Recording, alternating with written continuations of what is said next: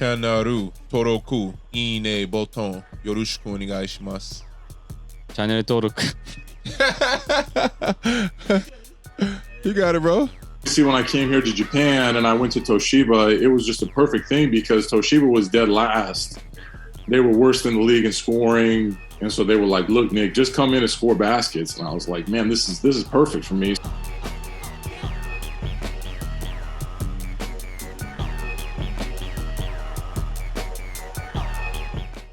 Welcome to another special episode of IKEMAX. We have, the best import player in his generation in Japan. He's changed Japan basketball, helped them get qualified for the Olympics. Ike, you want to bring him in? All right, bringing it to you guys today, the young legend, Mr. Floater himself, Nick Fazekas. Thanks for coming on, brother. How are you? I'm good, man. I'm excited to be here. Obviously, I've watched several of your guys' episodes, so I think it's sort of an honor to be here and talk with you guys. I think it's really cool what you guys are trying to do here, and hopefully I can be part of the process of you guys growing bigger and bigger.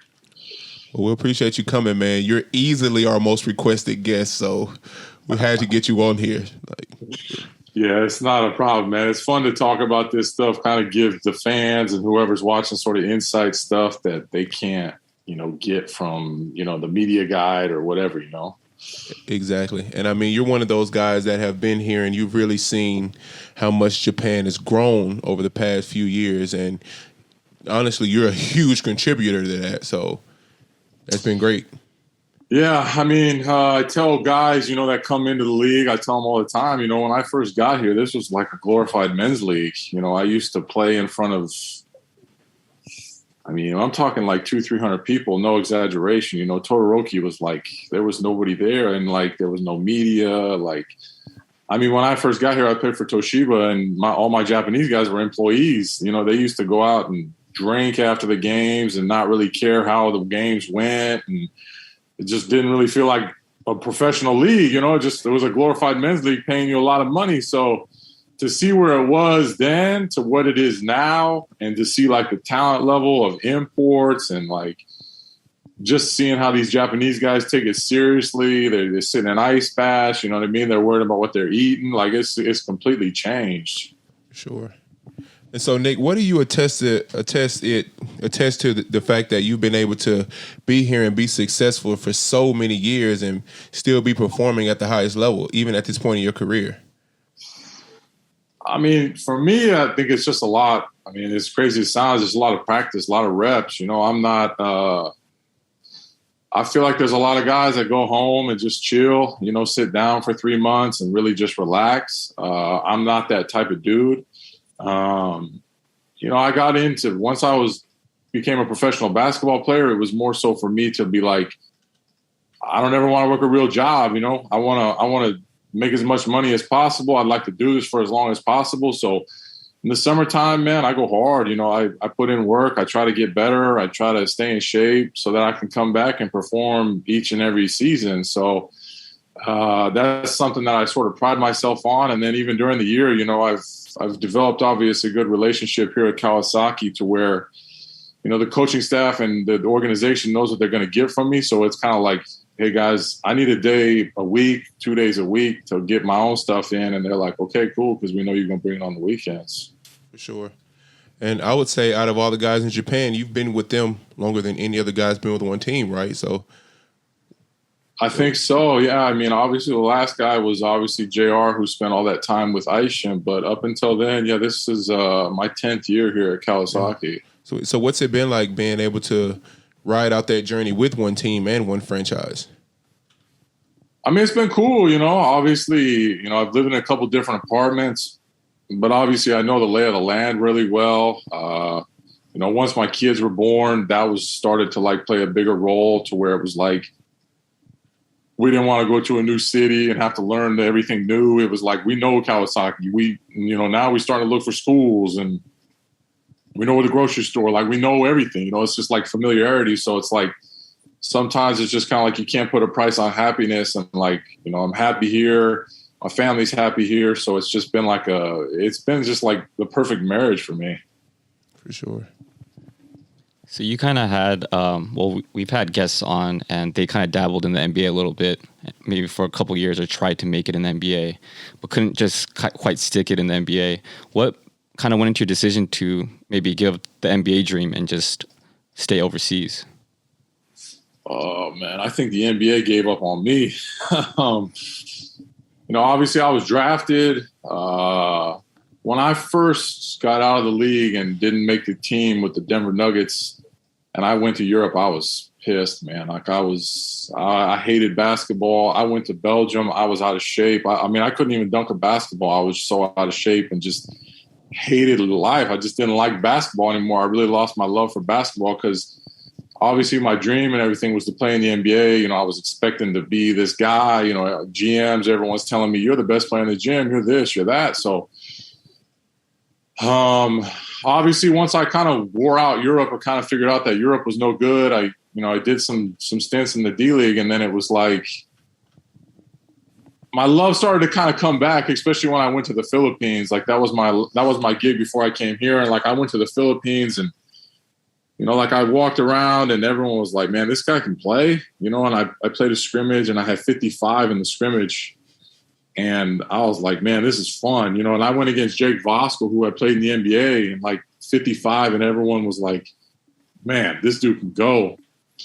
So then when I was in the Philippines, it was just one import the whole time. So, literally, man, they was just running stuff for me over and over again. Like these Filipino dudes were like, Nick will do it. And so I was getting like 31 and like 19.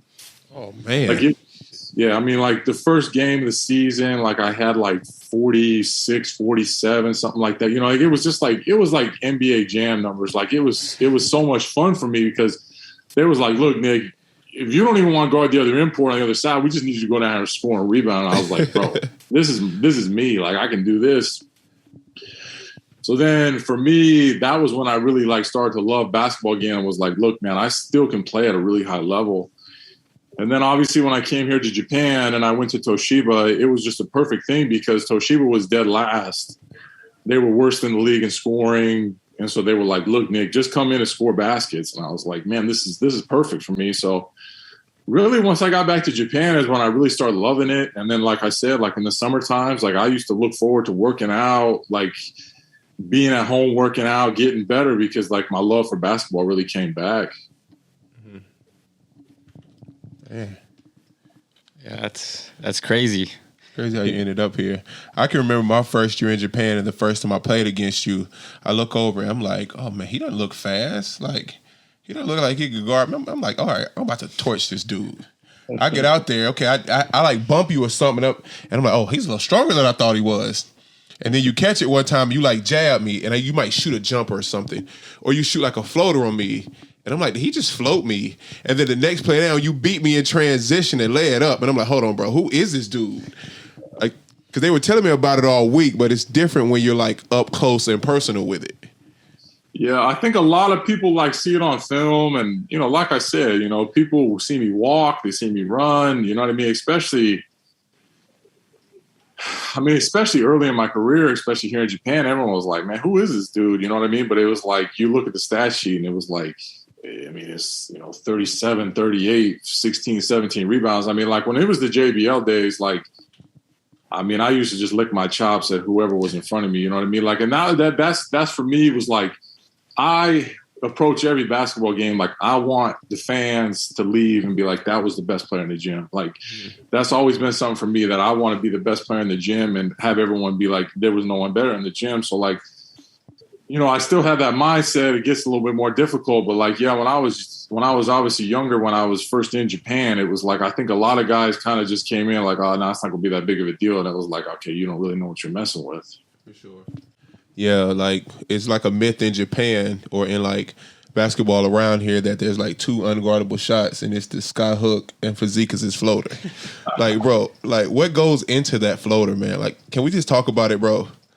Oh man. Well, when I was in high school, I went to a camp with the Pump Brothers. Some of you guys probably know who the Pump Brothers are, but the one Pump brother was like, look, Nick, if you develop a hook shot, you'll play for as long as you want. So I was like, all right, cool. Like, I took that to heart. So then I think the hook kind of just led to like the floater. And like, it's funny you say that because when I went to camp with the Nuggets and I was there with like Melo, Kenyon Martin, like AI, Kenyon Martin literally like looked at me. He's like, that shot's unguardable. Like no one can guard that. You know, and we're talking about Kenyon Martin like in his prime.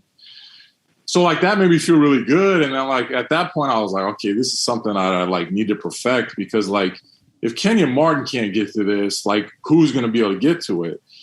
So like, you know, I just do a lot of different stuff, 1 leg, 2 leg, off leg, try to take dribbles, try to fade, you know, I mean, it's just like anyone shooting jumpers where for me, it's just like, I mean, I'm just shooting it from different parts of the floor. You know what I mean? Like I shoot it from one step inside the free throw line, just like up high, you know, down low, whatever it was. But it was like, obviously I'm not the most athletic dude. There's a lot of dudes in the NBA that are dunking on dudes, getting up above the rim, but I never really played above the rim. So I'm like, well, if that ball goes above the rim, then it's just like playing above the rim. So who's going to be able to get it when it's way up there? So, I mean, I think I might have even floated Dwight Howard one time and it was like, okay, if I can get it over him, then it's like, no one can get to it. No, bro, like it's because I mean you like let's just be honest, like I can't jump either. We can't jump over a phone book, so bro, your floater just takes your game to like that other level. Like, cause I have to like bump and move guys to be able to finish. Like you just bump, float. Yeah, bucket. I mean, yeah, because it's just like, I mean, that's how it is too. Like in the summertime, right? You're working out with guys or whatever, and it's like, okay, let's work on getting bumped and then floating. So then it's like I run into big guys like you, and it's like you knock me off my spot, but as long as I can get to it, it's still gonna go in. Yeah. Do you think losing some mobility kind of like actually added to your game, like to your scoring ability? Because you had to kind of think the game a little more, right? Because maybe you couldn't get to the spots that you previously were able to get to. Yeah, I mean, it like when I was in the D-League, I played on a broken ankle for like 3.5 months. Like it was literally cracked.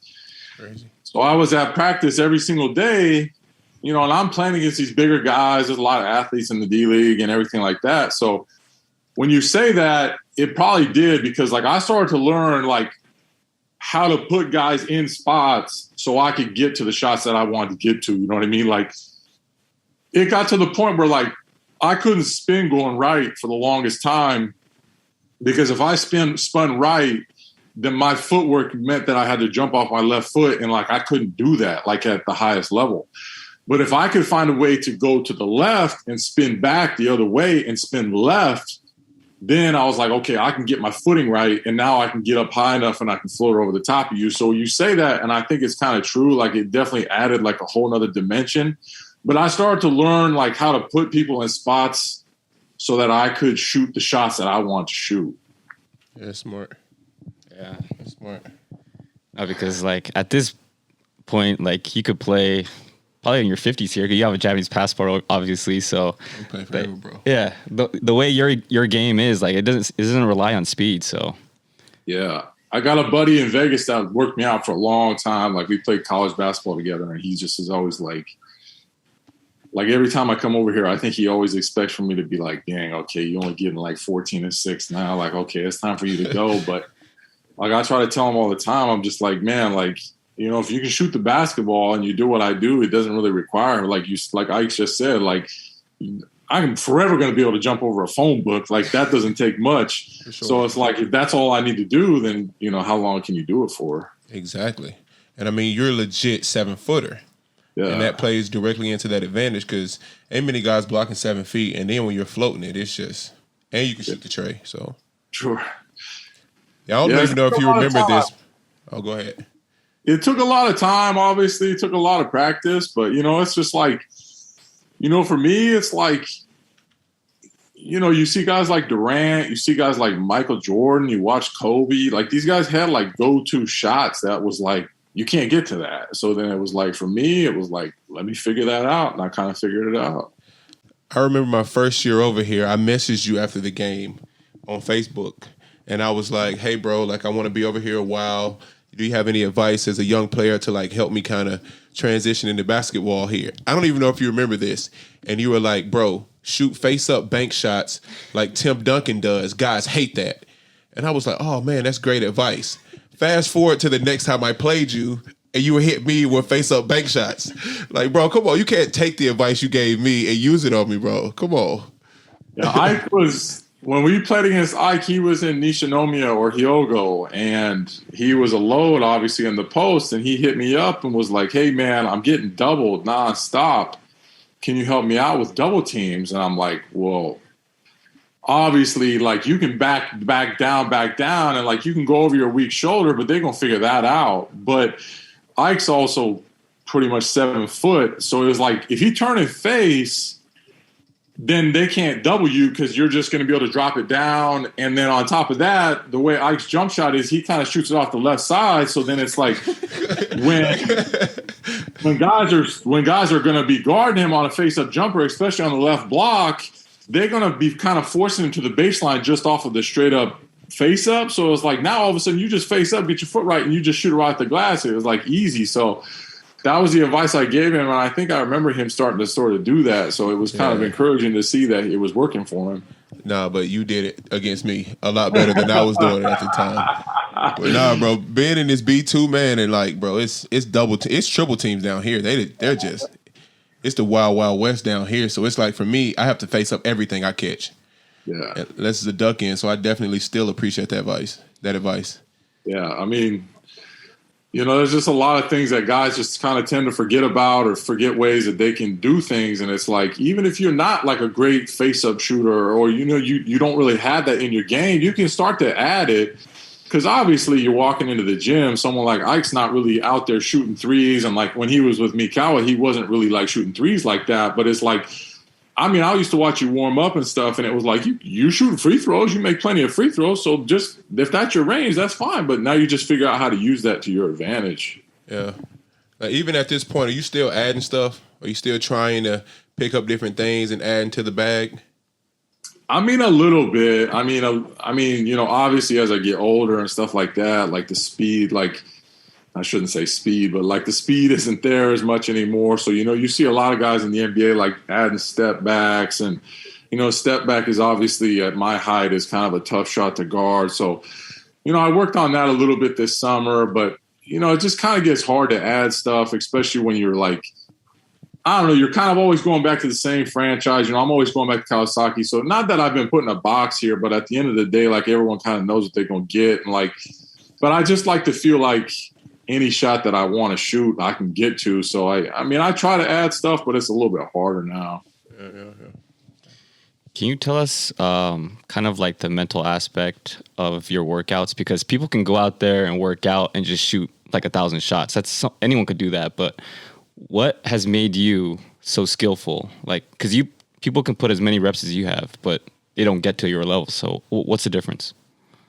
I think it's game speed reps, you know, like I had a buddy in the Philippines that played with me, and like he always used to like, man, my jumper's just not working. And I used to watch him work out, you know, and it was like he would catch the ball and he would flip it, he'd get the laces right, and he'd shoot it at like half speed. And I'm like, bro, like when you're in the game, you don't get all that time. Like you need the guy to pass you the ball, you need to catch it and try to shoot as fast as you can. You know what I mean? Like it needs to be as game speed as possible. So like I think a lot of people will probably be like, really like, man, this dude works out like hard, because like I just try to do everything at game speed. I try to, you know, when I shoot my hooks, when I shoot my floaters, like I'm not just like shooting them to shoot them. Like I'm trying to jump as high as I can on my hook shots, because like in the games, I'm trying to jump as high as I can. And I see a lot of guys doing like hook shots and stuff like that, and they're just like barely jumping. And it's like, dude, you got a huge vertical. Like when you're shooting your hook shots, instead of shooting 10 that you're barely jumping, try to shoot maybe 5 or 6 or 7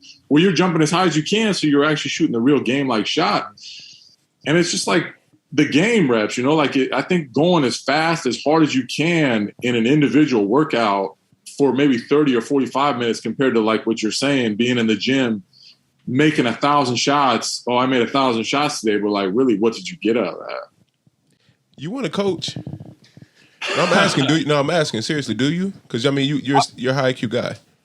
I think so. I think I want to coach at probably like the youth level, like maybe like the high school level. I mean, I think the college level would be fun, but like it's a little bit stressful, and I feel like the pro level is kind of a little bit harder to teach guys. Like if I was to do like individuals with like pro guys or like overseas guys, I think I could get something out of that. But like in a team setting at the professional level or even the NBA level, I think it's hard to break down guys and get into them. But I think it'd be really, really fun to like get like some like 7th, 8th graders, 9th, 10th, 11th, 12th graders and really like be able to kind of like teach and really like conform some of these kids into like really good basketball players and watch them going above and beyond. And so, yeah, I think that's probably what I'll do next is try to teach at the youth level because I think it's the most fun level to coach at. You guys lost Tsuji. He was a big part of your franchise for a very long time. So what do you think about the upcoming season and the new players that have come into your team this year? Yeah, obviously Tsuji was a huge piece. He was, we had spent 9 years together. We came in here together. So it really bums me out that he's not here anymore.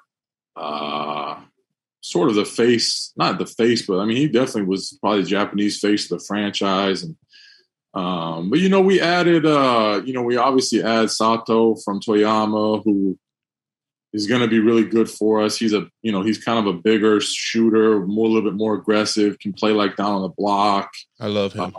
Obviously, we had Matt, who's going to give us some things that we haven't ever really had. We've never had like a guard import here, so just his shooting, his IQ at the guard level, I think is going to help us a lot. So. I mean, I'm excited. I think obviously we have a good seat. I think we have a good team, and I think we have another chance to make a run at this thing. It's good stuff.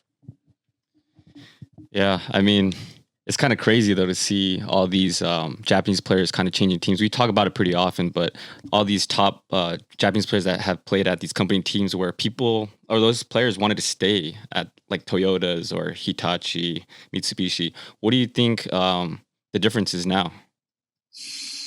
I mean, as bad as it sounds, it's probably a lot of the money. You know what I mean? Like, obviously, the B League has really changed the landscape. Right? I mean, these teams are getting these sponsorships. These teams are getting sort of, maybe owners, or they're just getting like an influx of money. And, the likes of Hiroshima, the likes of sort of Ryukyu, like it's teams that haven't really ever been in that limelight. They're ready to spend, and they think that, maybe buying a big Japanese guy or a guy that was on maybe a playoff Final Four championship Japanese guy is obviously going to put them over the top, which I think is definitely somewhat of the right logic. And yeah, I mean, it's just like, it's just sort of changing, you know what I mean? Like it's getting to the point where some of these teams that sort of aren't winning games because they're new or whatever, they're ready to start to try to make their way up the ladder. What do you think? Do you think it's good or bad for the league in the future? I think it's great, man. I think it's great. I mean, I think it creates competition amongst organizations. So yeah, when we were just here with the company teams, they got complacent. You know what I mean? They knew they could get everyone. They had the biggest budgets and everything like that. But now these organizations have to compete. You know what I mean? Like these pro teams. Look at Chiba. Look at what Chiba's built. You know what I mean? Like. I can tell you straight up, like Chiba used to be like the whipping boy. Like they weren't very good at all. Like when Reggie Geary was the coach, they didn't have any money. Like it was like, oh, we gonna roll these dudes. But now Chiba's no joke. So it's like, I think it's going to be good for the future of this league because it's going to create competition amongst organizations. Yeah. See, I tend to agree with you 1,000%. It's interesting to look around the landscape and see national team guys on every team, not just on 3 teams. I think it engages fan bases. I think it makes everybody more interested, and the competitiveness goes up. I don't want to know who the champion is before the season starts. I totally agree. And like, obviously, I don't think I'll be here in 2026 when it really goes to the Super League. But I think that when that happens, I mean, you're seeing teams like Mikawa. Like I heard Saga. Look at Nagasaki. Like these teams are building like these beautiful venues, and like the teams like Kawasaki, Shibuya, and Toyota, they don't even have a new venue. So it's like, do they get in? I mean, but you can see the powers are starting to sort of shift away from the whole company idea. Yeah, I agree. And I think it couldn't be better for Japanese basketball. I think it's grown exponentially just in the years since you or even I have been here, and I only see it going up in the future. I agree. I think it's just going to get bigger and bigger. And, obviously I talk to agents and they're like, man, like, we're not even trying to send guys to Europe anymore. We're trying to send them to Japan. And like, exactly. I mean, like we have Pablo on the team who played in the ACB, and, Matt just came over from the ACB, and like Pablo's like, we don't have anything like this. Like we don't have the production. We don't have the flames. We don't have, you know what I mean? Like my team, we spend a whole day doing media day. And then so they can put on some great video before the games, but sort of like an NBA game. And like in the ACB, you're lucky to get announced the starting lineup. So it's like Japanese basketball has done a great job of sort of adopting sort of competition, but also like the showmanship behind it. Mm-hmm. And so I have a question for you, because going back to what you just said, with so many guys coming into Japan now and the influx of talent and the influx of guys who want to get into the league, what kind of advice do you have for guys coming into Japan in their first year, their second year? What can they do in order to help them have a long career here and really establish a home? Man, I think obviously number one is obviously being a good guy. Obviously Japanese basketball still kind of hangs their hat on, having good dudes. I think from being a player, like obviously you get up between the lines and it's like, I don't care who it is on the other side, but like very, very rarely do you hear of like, oh, that import's a jerk or that import isn't a good dude. Like usually if that's the case, that dude lasts the year or maybe half the year and he's out. Yep. Then you get guys that like maybe aren't at the same level of a guy's name that you're hearing somewhere else, but it's like he treats his teammates with respect. Like he's a good dude. He's not complaining. Like, and that guy kind of gets like a little bit longer of a career here. You know what I mean? So I think that that's important. And then I think, as crazy as it sounds, like I know a lot of guys come over here worried about their numbers and think that their numbers are going to keep them here. But like, I'll be honest, I think it's all about winning and losing. You know what I mean? Like I use Yokohama as an example. There's been some guys that have come through, had some big games with Yokohama, but like they have a new roster every year because they don't win any games. But it's like, you come in and win some games and get the organization kind of behind you as if you can win games, I think you're going to stick around for a while.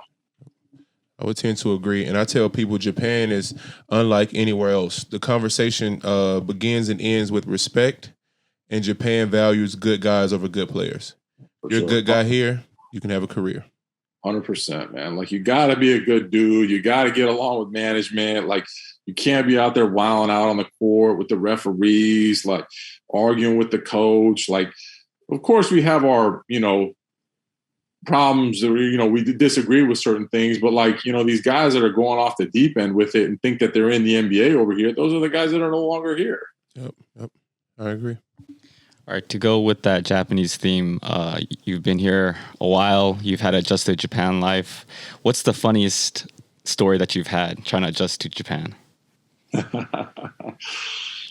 So my second year, we go to Wakanai, which is way up north or maybe it was my first year. My second year or first year, we go up there for training camp in Wakanai, which is like up there, like in like Sapporo. Okay. So we go up there. We used to go up there all the time when we were with Toshiba, and we used to get away from sort of the hot, humid weather. And we'd go up there. We'd play Hokkaido a little bit. And like, one of the people that ran the rec center up there would give us the thing. So like, man, we stayed at this hotel, and like down the street, not maybe down the street, like across the street, it was a convenience store. So we had like this little like van that was from the hotel that would take us. So I go across the street. I need some water, right? So like, I'm the type of dude like, it's bad. Like, I don't really look at prices. I don't really look at the yen. Like, I'm just like, look, man, I'll buy it. Y'all trust that y'all going to charge me the right number or whatever.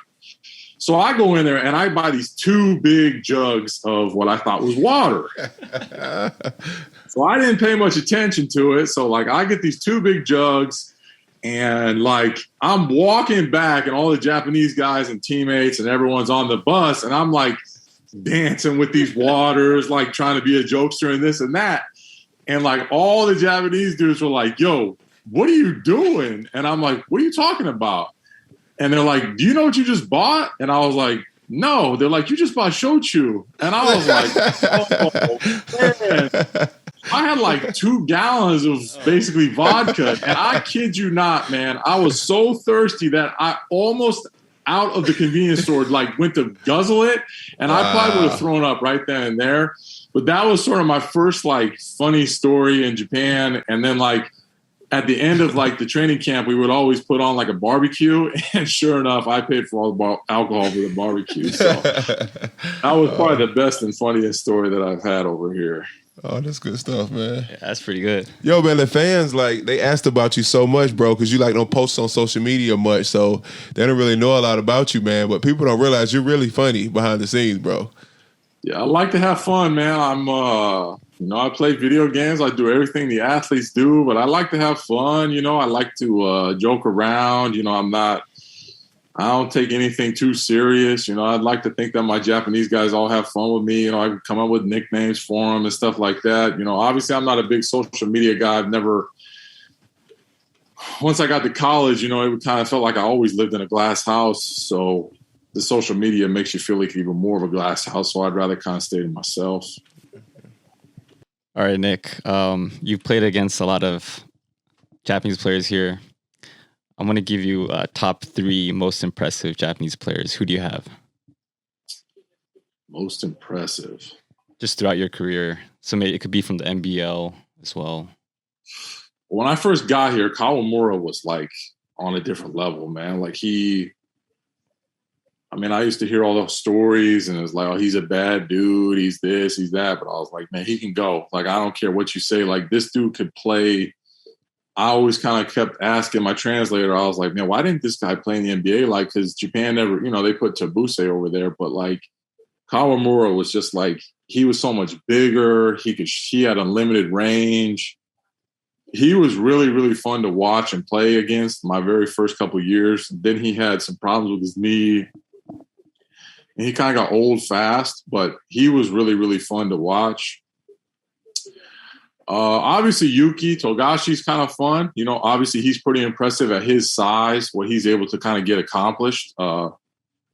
Obviously, like, when you watch Yuki on film, man, that basketball looks like it's half the size of him. And he's able to shoot it from, pretty deep. And, like, he just has a very, like, Americanized game with sort of his hezzy. And, I can tell you, like, when he was first with Chiba, like, he wasn't really playing much because he didn't really have much to it.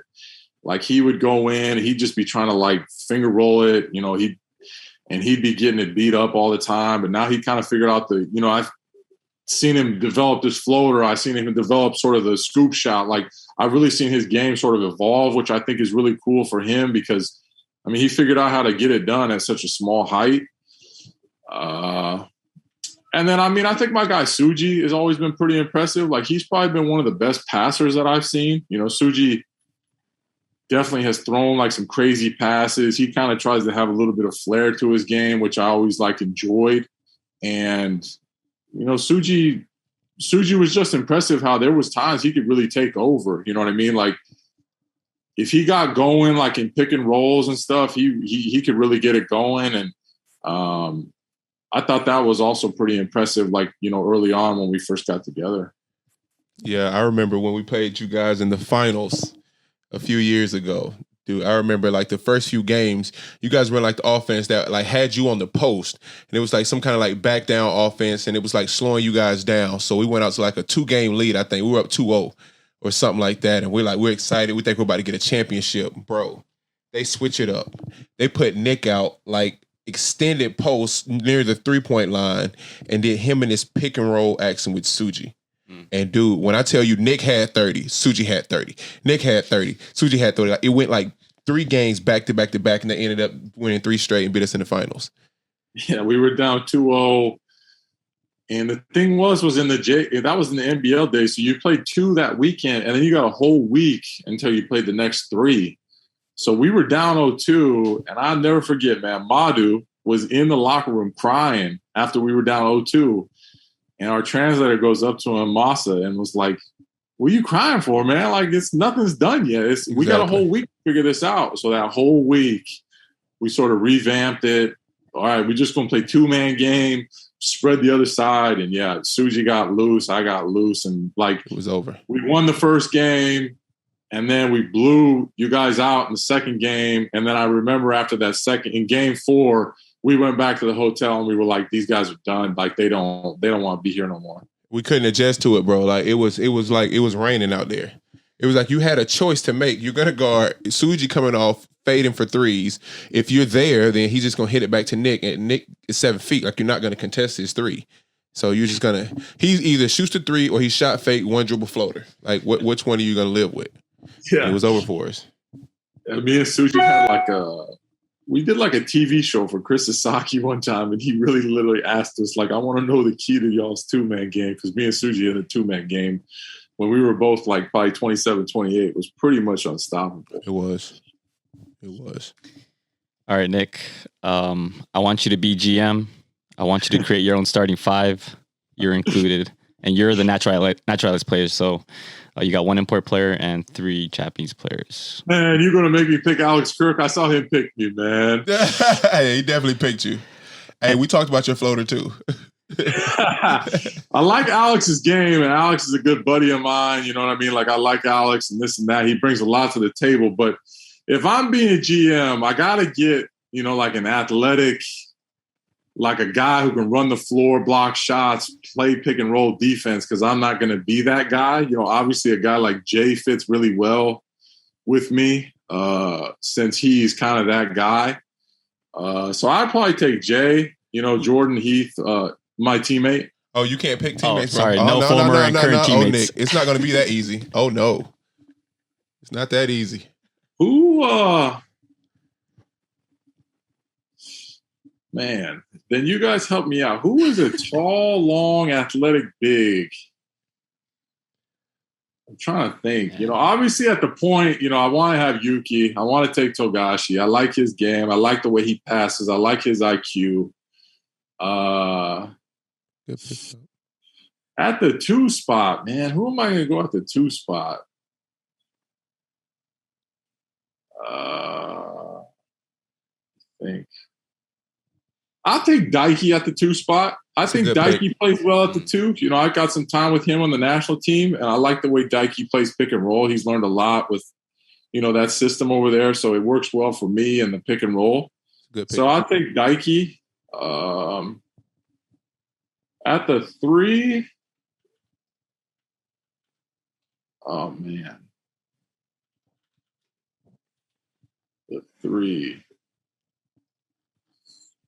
I mean, Kanemaru is obviously an easy choice, but I mean, Kanemaru's getting a little bit older, like I like Kanemaru's game, but Kanemaru doesn't fit the kind of style that I want to play in a sense. Like he shoots it, but he doesn't really, he's not great with the ball, dribbling, running pick and rolls. I want guys that can like spread it, shoot pick and rolls. So at the 3 spot, man, geez. Hiyajima then. Hiyajima would be good. Yeah, you can go Mako. Mako would be good if you ran Daiki and Mako. I'm basically picking the national team here. That's a squad, though. It is a squad. And then if I can only go naturalized, Gavin would be a good pick, but he's obviously naturalized. Yeah, that's true. He is naturalized. Ryan, but Gavin would be a really good selection because he kind of fits like the same mold as Jay. And I think Gavin and I could really play well together with the high-low. And yeah, I would agree. Yeah, but yeah, I'll go with Alex, man. I'll put Alex. Like he put me on his team, I'll put him on my team, and me and Alex, one of us gonna figure out how to play some pick and roll defense. Alex is a little bit more athletic. Alex can pick and roll, and I can pick and pop. So we go like that. We go Yuki, Daiki, Mako, me, and Alex. I like it. That's a good team. Yeah, it's good. It's a good team, man. Yeah, I think he was saying that you guys will figure out the defense, but the offense, you guys will get buckets. So. Buckets. You get the 90. Buckets. You're gonna have to get who first one to 90 wins. Right. Yeah, for sure. You guys are getting a 90 with that team. Yeah, easily. Oh yeah, for sure. It's too many buckets out there. All right, Nick. Before we get into the Twitter questions, I want to ask, what is your top 4 Japanese foods? Top 4 Japanese food. Probably number 1 is ramen. Not a big sushi guy, so I'm not going to say sushi. Actually, you know what? Never mind. No. Shabu shabu is number 1. Okay. I love shabu shabu. We got a place here in Kawasaki. Ramen's probably number 2. Probably like yakiniku. And then my fourth one, you know, we got a Japanese restaurant here in Kawasaki called California Pizza Kitchen. That's probably my fourth one. CPK. CPK. We'll let you slide with that one. We'll take it. All right, bro. We're going to go into the Twitter questions. All right.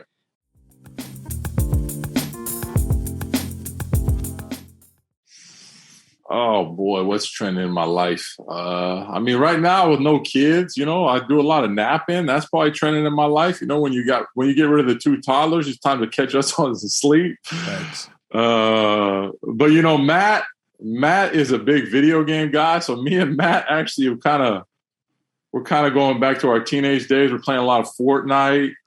You know, we get on the headset. We're trying to rack up the points in arena right now. But I'm a big gamer, man. I like the game. I feel like it's a different way of competing. So it's like, you know, you can compete without taking it too serious. So me and Matt play quite a few video games together. That's nice. I love it.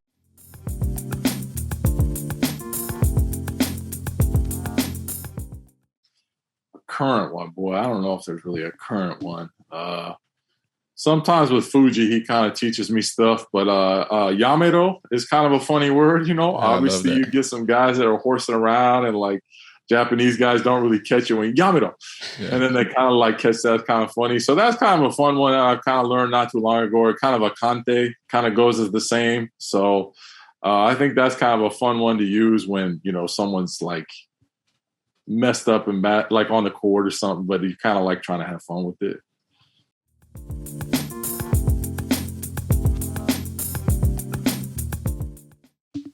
Honestly, I think Yuma's pretty key. Obviously, he's he's going to be the starting PG, and he's got to really stay healthy for us. You know, he brings a lot to the table, both offensively and defensively. I think he's going to be a key for us. So we need him to play all 60 of them, or at least close to it. I also like Satoru. Yeah, Satoru is going to be good. You know, he's still kind of trying to figure it out, I think. You know what I mean? Like, obviously, he, you know, since all of us imports have kind of come back, like, he's still trying to figure out his spots and figure out what he can do. But I think he likes our system, and I think he's going to fit well for us. You know, and like you know, I mean, he's big, he's aggressive. Like, I mean, I was shocked, man. We threw it to him the other day, like on a mismatch, and he just like he gave this dude a shimmy and put it off the glass. I was like, okay, we can do with this. Oh, for sure. And he's one of those kind of guys that if you give him a role or give him a job, he's going to do whatever you need him to do. So you can talk to him. Yeah, I like that kid a lot, man. He's really, you know, he's kind of seems like a shy kid, but like kind of when you start trying to speak your Japanese with him, he kind of, you know, he sees that you're trying. He's a fun kid, and I'm really excited that we got him, and I'm excited to see what he does this year because I think he's set for a big year. Yeah.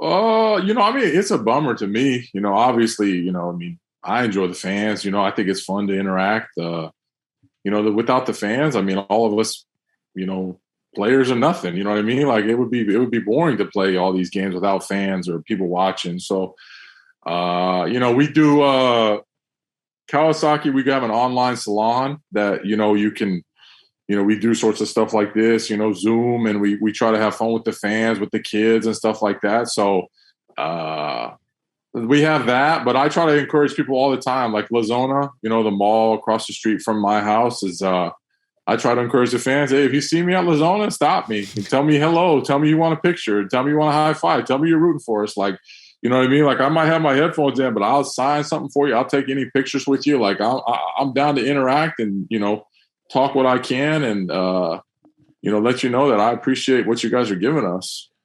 I'll make sure you put that as the headline that if you see Nick out in public, stop him and ask for pictures. Even if he has headphones in. Even if he has headphones in. Run me down, man.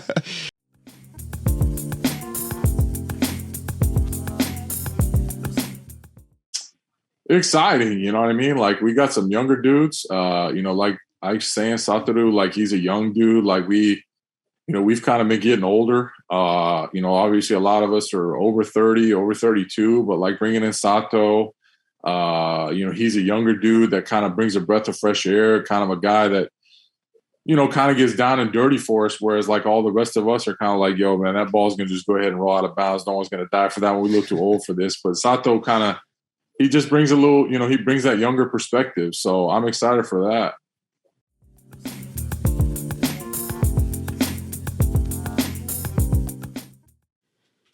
Oh, boy. Top 3 import. Yeah, I like Ryan Kelly. I think Ryan Kelly's solid. I like Ryan's game. I've heard from a lot of different people that he works out pretty hard. He really kind of caters to his craft. So I like Ryan a lot. Who else? Obviously, I'm a fan of Alex's. Obviously, I put him on my team. So Alex is another guy. It seems like Alex is one guy. Seeing his Instagram and stuff like that, he definitely puts the time in. So that's another guy that I sort of can kind of appreciate the time that he's putting in. And one other guy, man, that's tough, man. Who am I thinking of? Top 3 imports, huh? Yeah, that you kind of like pay attention to.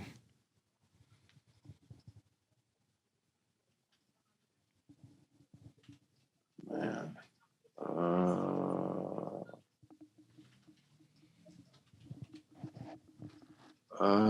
man. Who am I? Who do I pay attention to? I mean, obviously, I think Jordan Heath. I think he's my teammate. But I think Jay's another guy that kind of pays attention to. Jay shoots the 3. He brings a lot of stuff, that doesn't come up on the stat sheet.